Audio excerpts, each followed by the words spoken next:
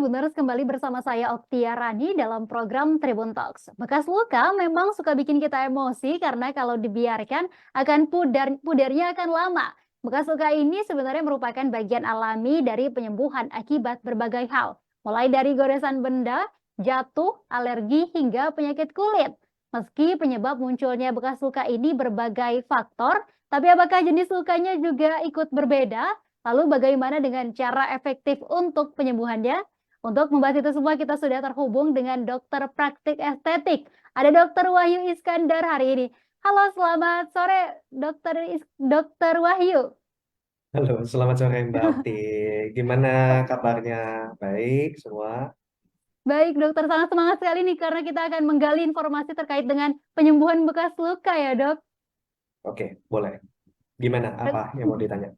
Jadi dokter, sebenarnya apa saja sih jenis bekas luka ini dan apa saja jenis bekas luka yang bisa dihilangkan dokter? Aduh. Oke, sebenarnya balik lagi sih. Nah, kalau misalnya bekas luka itu kan kita harus tahu dulu sebenarnya. Jadi, apapun itu sebabnya bekas luka, kita mesti lihat dulu. Jadi, Hmm. apakah bekas lukanya itu sebenarnya relatif dangkal atau sampai cukup dalam sebetulnya. Sehingga biasanya kalau misalnya bekas lukanya itu cukup dalam, seringkali itu menimbulkan jadi bekasnya itu yang cukup lama. Akan Hmm. tetapi, kalau misalnya bekas lukanya itu masih ringan, seperti contoh paling gampang deh, misalnya kebeset kertas gitu misalnya. Tapi kebeset kertasnya yang jangan yang heboh gitu ya, ceritanya yang Hmm. ringan saja gitu. Nah, kan itu kan biasanya kan kita bisa lihat bekas lukanya itu ringan, kecil gitu loh. Tapi kan dia kan tanpa kita perlu apa-apain, sepanjang lukanya tidak sampai berdarah. Jadi dengan demikian kita tahu bahwa bekas lukanya itu berarti lukanya tersebut berarti tidak dalam, itu akan sembuh sendiri sebetulnya. Akan tetapi pada saat misalnya luka tersebut itu sudah lebih dalam, sudah Hmm. menyebabkan kerusakan lebih dalam pada kulit kita, tentunya itu akan menyebabkan ya ada bekas sehingga perlu penanganannya itu lebih perlu effort gitu loh dibandingin bekas lukanya yang dangkal. Nah, bekas lukanya sendiri juga sebenarnya juga tergantung macam-macam gitu kan. Ada yang memang kalau misalnya masih kategorinya cuma relatif ringan sehingga menimbulkan bekas, itu juga bisa kita hilangkan sebetulnya. Jadi ada yang kita istilahnya itu ada yang namanya PIE atau post inflammatory erythema atau PIH, post inflammatory hyperpigmentation. Jadi bedanya adalah kalau post inflammatory erythema berarti dia itu kemerahan, sedangkan kalau misalnya post inflammatory hyperpigmentation dia bentuknya itu lebih ke arah hitam.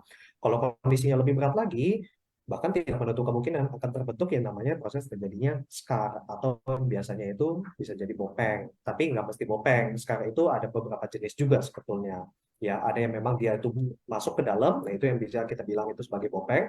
Tapi ada juga yang memang dia letaknya bentuknya itu lebih seperti lebih nimbul gitu loh. Jadi itu seringkali orang salah mengartikan itu adalah sebagai keloid gitu loh. Itu Hmm. semua sebenarnya kategorinya itu adalah bekas luka.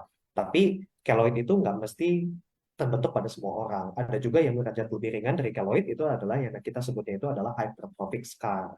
Jadi ada beda lagi tuh sebenarnya ada Hmm. banyak. Hmm. Hmm. Nah, dokter, normalnya ini berapa lama untuk penyembuhan bekas lukanya ini, dok? Oke, kalau penyembuhan luka itu sebenarnya tergantung dari masing-masing. Tentunya kalau kita misalnya Hmm. ceritanya masih relatif usia belia, di mana regenerasi kulit kita itu masih sangat bagus, kolagen kita sangat bagus, pada umumnya regenerasi kulit kita itu akan lebih aktif, lebih mudah untuk memperbaiki dirinya sendiri. Namun, seiring dengan bertambahnya usia, biasanya kulit kita itu sudah lebih malas istilahnya gitu Hmm. loh. Oleh sebab itu menyebabkan biasanya untuk regenerasi luka akan membutuhkan waktu lebih lama. Tentunya itu semua masih bisa kita akalin dan kita bantu dengan berbagai macam metode dan obat-obatan lainnya ya. Hmm. Baik, dokter Wahyu, apa saja metode efektif untuk menghilangkan bekas luka pada kulit, dok? Oke, sebenarnya kalau untuk metodenya itu ada beberapa cara yang bisa kita kerjakan sebenarnya. Dari yang paling simpel banget sebenarnya kita bisa kerjakan itu adalah yang dari rumah sebenarnya, yaitu Hmm. apabila kalau misalnya bekas lukanya itu masih cuma ringan-ringan aja, saya rasa pemakaian skincare atau body lotion, tapi body lotionnya nggak bisa cuma body lotion yang hanya untuk melembabkan ya, tentunya itu tidak akan cukup gitu loh. Jadi memang menggunakan skincare yang mengandung banyak bahan-bahan seperti eksfoliasi ataupun misalnya dia ada mengandung bahan untuk mencerahkannya, yang tentunya saja aman ya, gitu. Itu seharusnya dia akan membantu untuk mempercepat bekas luka kita, gitu loh. Hmm. Hingga Kalau misalnya derajatnya sudah lebih berat atau misalnya menggunakan pemakaian skincare saja sudah tidak cukup, tentunya kita membutuhkan penata laksanaan lebih lanjut nih. Seperti contohnya apa? Ya memang ada butuhnya, misalnya kita bisa konsultasi dengan dokter, misalnya ke klinik kecantikan memang yang kalian sudah nyaman di situ, sudah kenal dengan dokternya. Nah, ada beberapa alternatif treatment-treatment yang kita bisa juga sarankan kepada pasien-pasien yang memang mengalami ada bekas luka, dan memang kadang-kadang apalagi kalau bekas luka itu sudah lama kan seringkali kan cukup menyebalkan ya. Tentunya kita itu juga ingin bekas luka itu cepat hilang gitu loh. Nah, untuk alternatifnya apa saja? Sebenarnya ada banyak cara, mulai dari ya, tindakan yang simple-simple, mulai dari chemical peel hingga ke laser atau beberapa treatment-treatment lainnya yang lebih advance, seperti contohnya itu kita bisa juga melakukan beberapa treatment yang injectables misalnya. Injectables ini maksudnya ya kita membantu memberikan obat untuk mempercepat penyembuhan luka pada pasien tersebut gitu sih.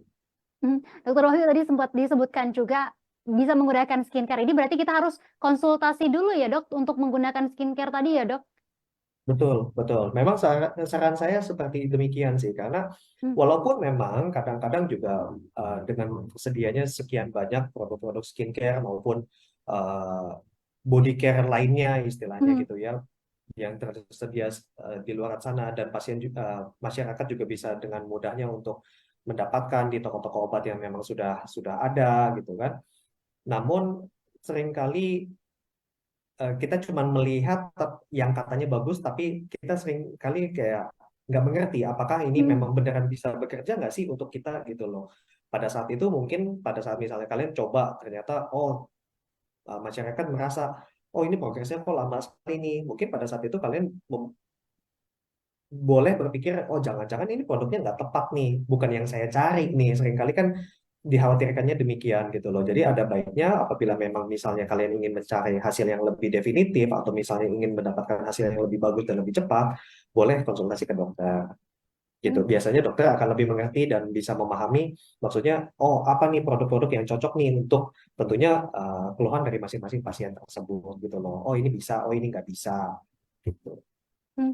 Dokter Wahyu berarti ini sama seperti penggunaan krim atau gel ya dok untuk menghilangkan bekas luka tadi ya dok. Betul, bisa dibilang seperti demikian. Tapi tentunya kita harus melihat, nggak bisa sembarangan krim atau gel. Kita harus melihat dari bahan aktifnya. Apakah memang sudah sesuai, bisa untuk mengatasi bekas luka atau tidak. Hmm. Dokter Wahyu, apakah bekas luka ini membutuhkan perawatan khusus berdasarkan faktor jenis kulit atau warna kulit tertentu dokter? Oke, tentu, tentu, tentu banget. Karena kan bagaimanapun kita tahu bahwa di Indonesia ini kan terdiri dari multiras, Hmm. uh, banyak sekali gitu. Kita kan beda-beda warna kulit gitu kan, karena itu akan tentunya akan mempengaruhi juga dengan pilihan treatment, khususnya kalau kita di klinik ya, pilihan Hmm. treatment yang memang kita bisa lakukan untuk setiap pasien. Karena eh, berdasarkan warna kulit tersebut kita bisa menentukan treatment mana yang aman, treatment mana yang tidak aman untuk dikerjakan jenis pasien yang seperti demikian gitu loh. Seperti contohnya kalau misalnya peeling, misalnya chemical peeling, itu relatif aman untuk kita kerjakan untuk semua jenis kulit gitu loh.